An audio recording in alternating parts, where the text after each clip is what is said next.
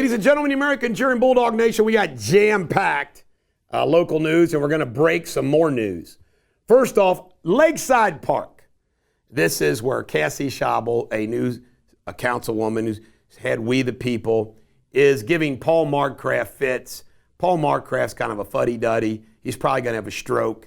He's opposing every single thing that Cassie's wanting to do. The big issue is she wants Lakeside Park folks, if they want, to have a few hens, you know.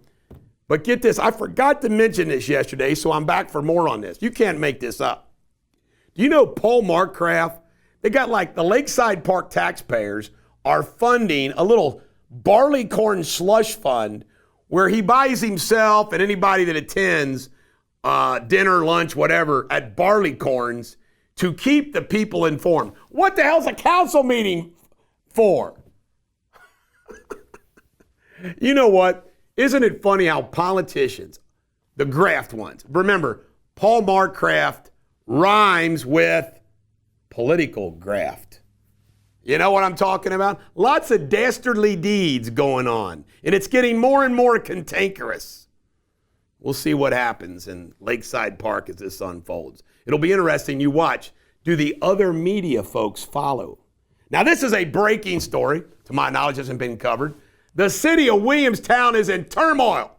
There have been 4 fire chiefs in a year, apparently, in the city of Williamstown, Kentucky. 4. There's a lot of accusations about mismanagement. But the big news coming out of Williamstown is tonight at 6 p.m., there's a meeting to impeach the mayor, Mark Christopher. Mark Christopher contacted me last year, came up, had lunch with him at Buffalo Wild Wings, seemed like a nice guy. But these are the charges that came out of the meeting agenda. Mismanagement of city funds, overall misconduct, inability, willful neglect of office, not taking advantage, following up on financial investments, no oversight of multiple checking accounts, allowing for overdrafts and negative balances, late on monthly loan payments, not paying city account payables in a timely manner, resulting in late fees and interest bearing applied, no oversight or approved documentation process of overtime, resulting in gross questionable overtime expense, hostile work environment, city clerk sending inappropriate texts, not honoring ordinance 2314, it's misuse of credit card purchases, Marigold Festival t-shirts and plaques without proper bids, excessive meal purchases, giving away a month's worth of utility bills in 2023 as a prize for cleaning Webb Park, others that may need investigation. Signed by the mayor, coming out of a council meeting. Woo! Turmoil in Williamstown. We're breaking that news, folks. And here's some more breaking news. I'm gathering the facts, but apparently the Hebron Fire Department has got some sexual harassment, hostile work environment going on. I'll be following up. And Greg Voss, we got it.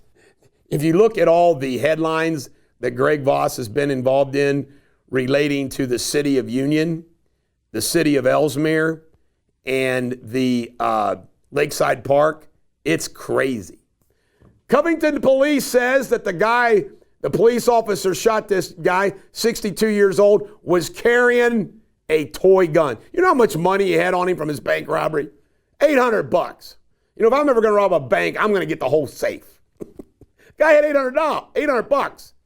But anyway, he had a toy gun wrapped in some tape or something. But you know what? You point a toy gun, the cops don't know it's a toy gun, right? And Serena Owens in Elsmere, this is the woman they voted unanimously to kick out. You can't make it up. She says she doesn't go to the meetings because she's afraid somebody there with a gun, concealed carry, is going to kill her and shoot her. And they also played the race card. She's the first black person elected Elsmere. Wait a minute, I've been around a long time. I'm 61 years old. Elsmere had a black mayor, Bradford, forever. I think he was mayor for 50 freaking years, at least 20. So don't play the race card. Elsmere had a black mayor forever, Bradford. And charges have been dropped against Mac Ogletree, a fire department, who got in a gunfight. Everybody's shooting. You know why? The witnesses didn't show up. That's always nice. And Marcellus Jones, may he rest in peace, was a police officer, died suddenly from probably a cardiac arrest, probably from a vax.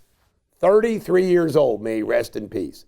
And this woman here, Natasha Camacho, Macho Camacho, there's a boxer named Camacho. Remember Hector Camacho? Bank robbery, PNC Bank. Must be desperate. Must be desperate. And Vivek Ramaswamy says he thinks they ought to rename Lake Erie Lake Ohio to copy Lake Michigan. I wonder if Yost is going to engage in naming contest. What can we rename? And John Deere, a John Deere tractor in Clinton County, ran a stop sign apparently in Marion Township and killed Shelby Miller, 27. Just to let you know, I don't know if the tractor had implements at the time, but a tractor like this, top speed 21 to 25 miles per hour. But there's a lot of weight. Things T-boned it, ran a red light. Awful. Shooting in Pike Street in Merritt, down in Covington. Covington's got all kinds of shootings. This is on Pike Street Marathon. It used to be a Waco. When my dad was partners with Don Conrad, it was a Waco.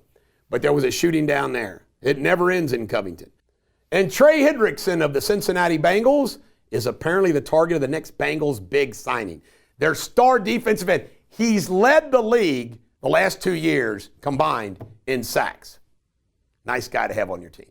And Trevino from the Yankees was the starting catcher of the Yankees last year, is going to back up Tyler Stevenson out of the gate because Tyler's hurt. Apparently Tyler's not hurt bad. And the Reds lost their 7th straight in the Cactus League. Oh well. Girls softball, there was a release of all the great girls softball players by team yesterday.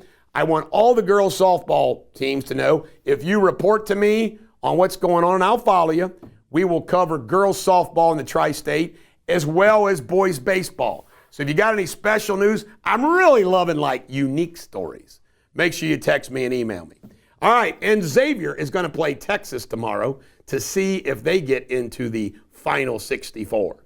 And the Reds' Will Benson has been sent down to the minor leagues. So there you have it, your local news. Stay tuned tomorrow. We'll keep covering it. We'll keep reporting it. I love breaking stories. Send me stories. 859-250-2527 or Eric@ericdeters.com.